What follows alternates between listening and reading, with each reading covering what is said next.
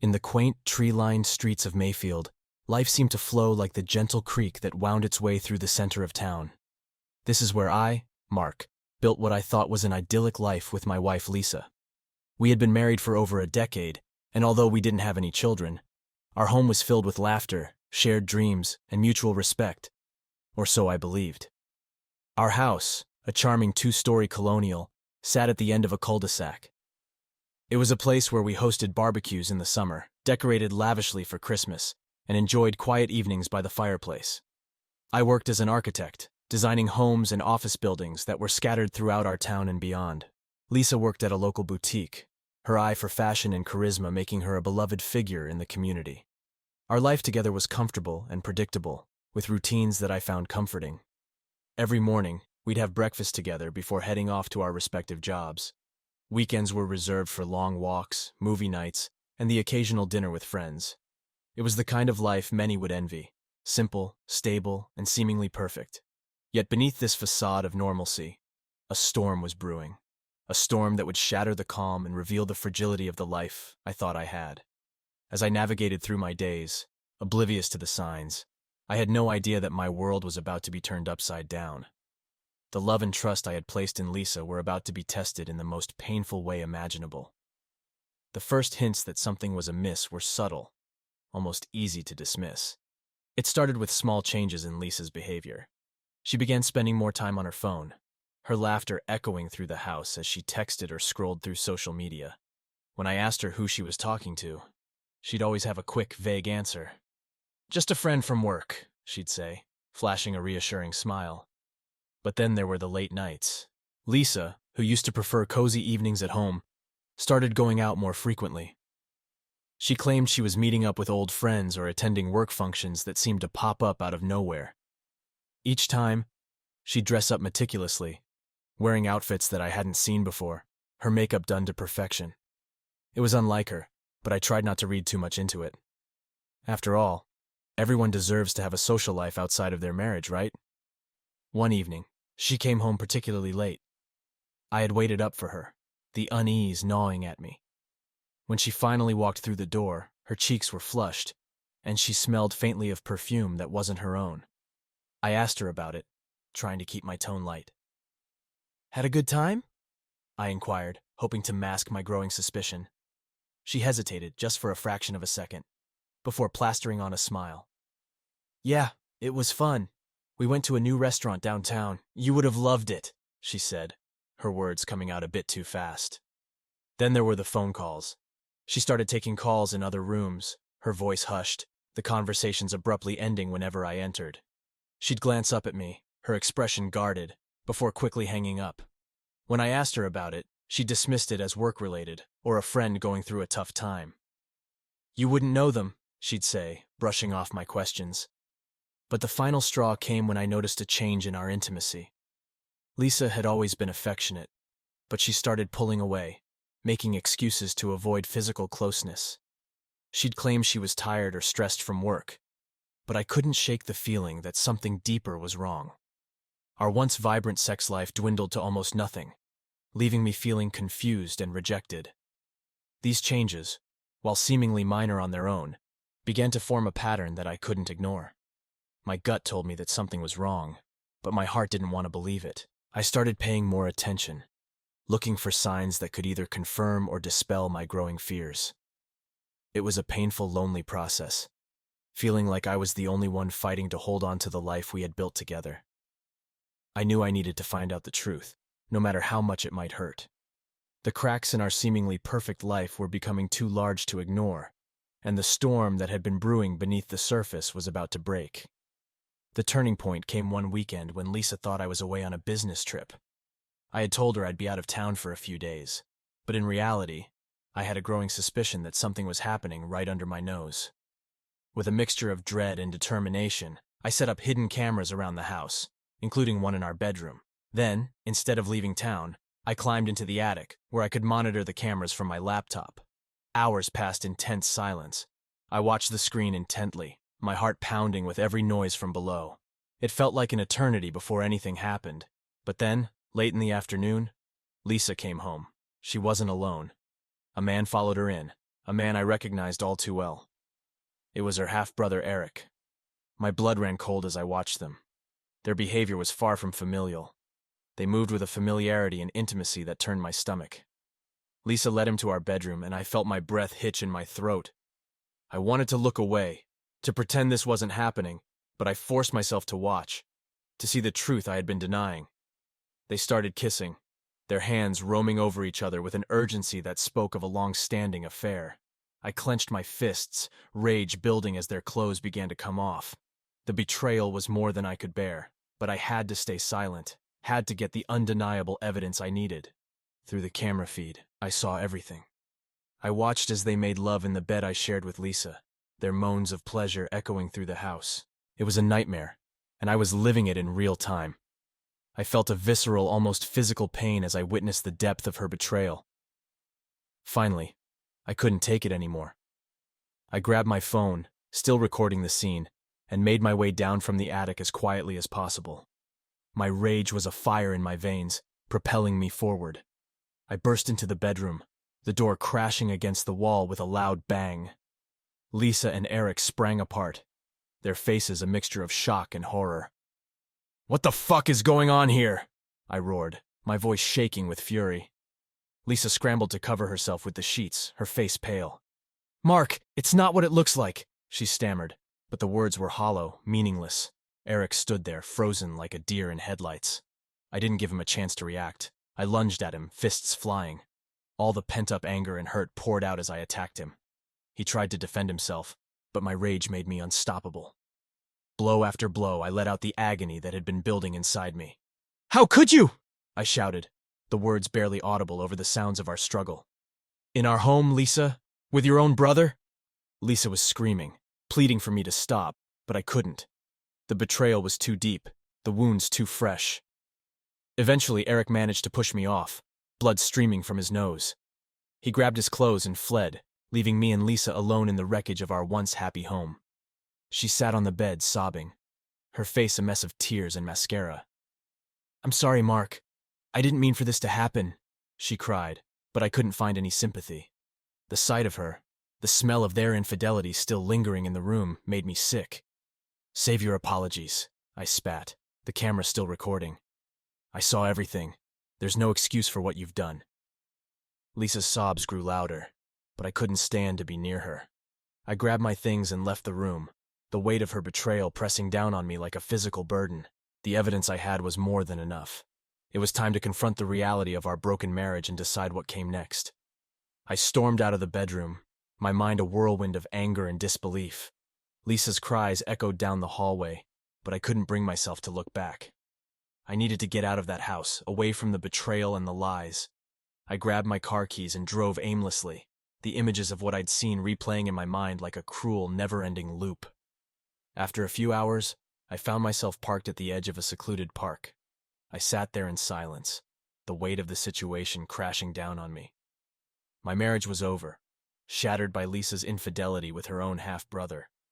The betrayal cut so deep that it felt like I was suffocating. Eventually, I drove back home, my anger now tempered with a cold resolve. It was time to confront Lisa and demand answers. I walked into the house to find her sitting on the living room couch, her face streaked with tears. She looked up as I entered, her eyes filled with a mixture of fear and remorse.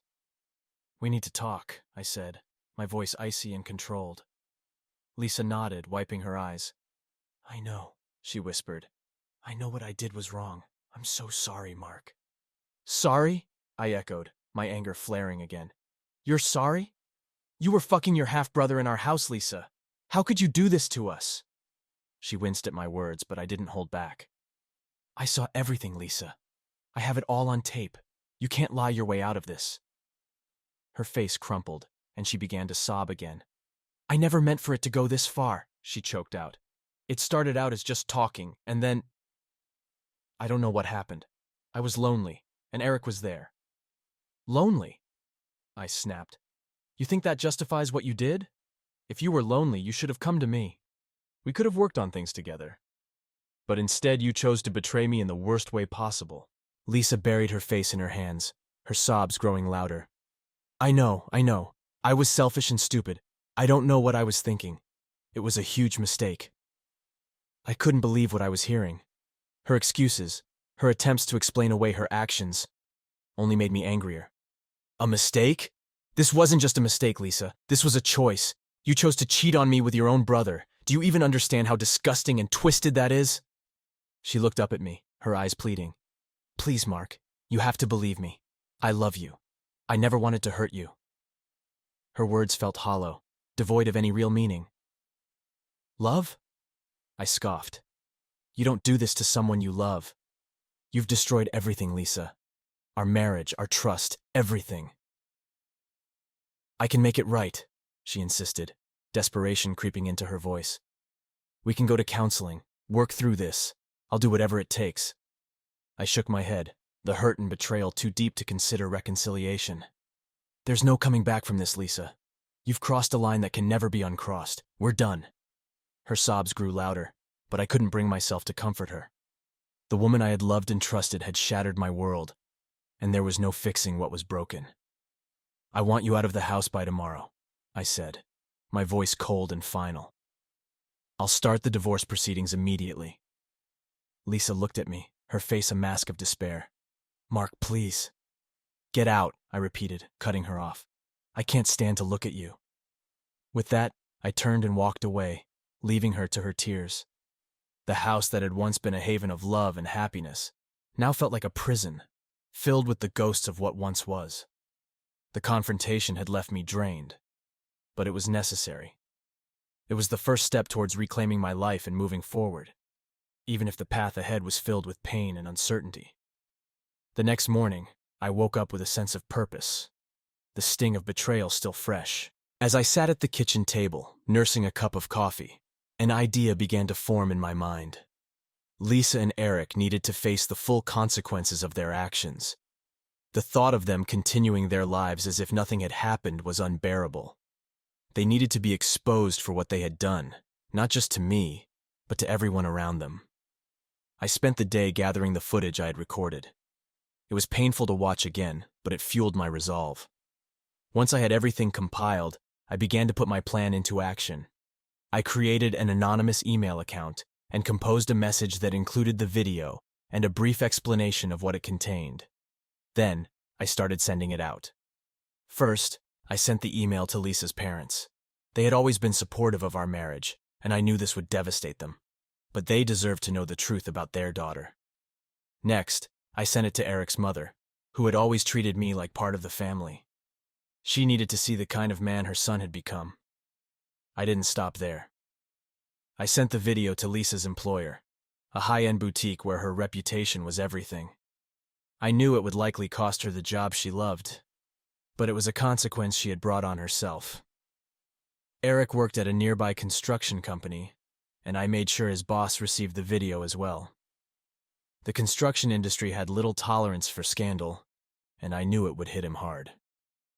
As I sent the final email, a grim satisfaction settled over me. It wasn't just about revenge, it was about justice. They had shattered my life, and now they would face the fallout. The responses came quickly. Lisa's parents called me, their voices a mix of shock and sorrow. Mark, what is this? Her father asked, his voice trembling. It's the truth, I replied, my voice steady. I thought you should know what's been going on. Her mother was sobbing in the background, and it broke my heart a little more. They had always been kind to me, and I hated that they were suffering because of Lisa's actions. But they needed to know. Eric's mother left a voicemail, her voice shaking with anger and disbelief.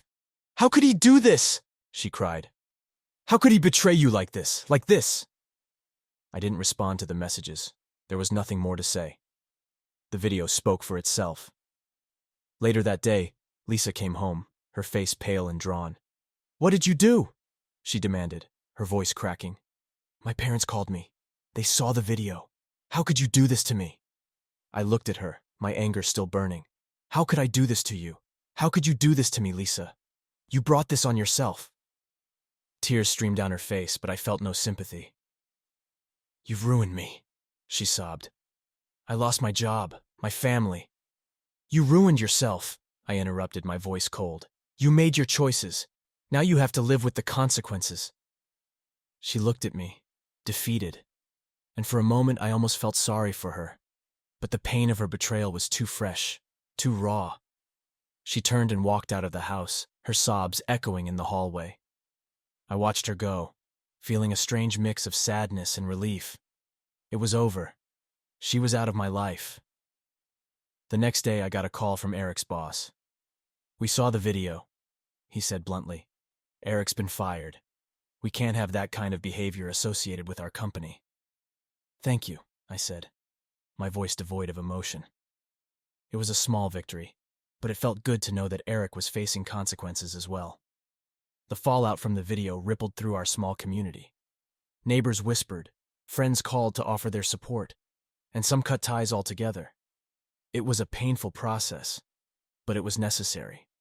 I needed to purge the poison from my life, to rid myself of the toxic influence of Lisa and Eric. As the days passed, I began to feel a sense of closure. The revenge had been brutal, but it had also been cathartic. I had exposed the truth, and now it was time to start healing. The road ahead would be long and difficult, but I was determined to move forward, one step at a time. The house felt eerily quiet after Lisa's departure. The once vibrant space, filled with laughter and shared moments, now echoed with the silence of betrayal. I busied myself with work, trying to regain some semblance of normalcy. But every room, every corner of the house, held memories of a life that no longer existed. A week after the fallout, Lisa called me. Her voice was shaky, almost hesitant. "Mark, can we talk, please, just one last time?" I hesitated. Part of me wanted to hang up, to cut off all ties and move on. But another part, the part that had once loved her deeply, needed closure. "Fine," I replied. "Meet me at the park, the one by the creek." An hour later, we sat on a bench overlooking the water. The summer sun was setting, casting long shadows across the park. Lisa looked different, haggard and worn. The confident, vibrant woman I had known was gone, replaced by someone who seemed lost and broken. "I don't even know where to start," she began, her voice barely above a whisper. "I'm so sorry, Mark. I know you probably don't believe me, but I am." I took a deep breath, trying to keep my emotions in check. "Why, Lisa? Why Eric? Why betray me like this?" She looked down, twisting her hands in her lap. "I was lonely, Mark. You were always busy with work, and I felt like I was fading away. Eric was there, and it just happened." I shook my head, the anger bubbling up again. "That's not an excuse. If you were lonely, you should have talked to me. We could have worked on it together." "I know," she said, her voice breaking. "I know I should have. But I was weak, and I made terrible choices. I can't undo what I've done. But I need you to know that I never stopped loving you." "Love?" I scoffed. "You call this love? Love doesn't destroy people, Lisa. Love doesn't betray." Tears streamed down her face, but I couldn't bring myself to comfort her. "I wish I could take it all back," she said. "I lost everything because of my stupidity." "Yes, you did," I replied coldly. "And so did I." We sat in silence for a while, the weight of everything unsaid hanging between us. Finally, I broke the silence. "I filed for divorce. It's over, Lisa. There's no coming back from this." She nodded, her face crumpling. "I understand. I deserve this." "Yes, you do," I said, standing up. "I hope you find a way to fix your life, Lisa, but it won't be with me." As I turned to leave, she called out to me one last time. "Mark, please, can we part on better terms, for the sake of what we once had?" I paused, considering her words. Despite everything, there was a part of me that still remembered the good times, the love we once shared. "I don't know, Lisa. Maybe with time, but right now, I need to heal." She nodded, understanding. "Take care, Mark.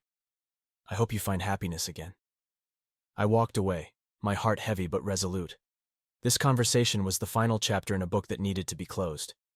As painful as it was a necessary step toward healing and moving on. I knew the road ahead would be tough, but I was ready to face it, one day at a time.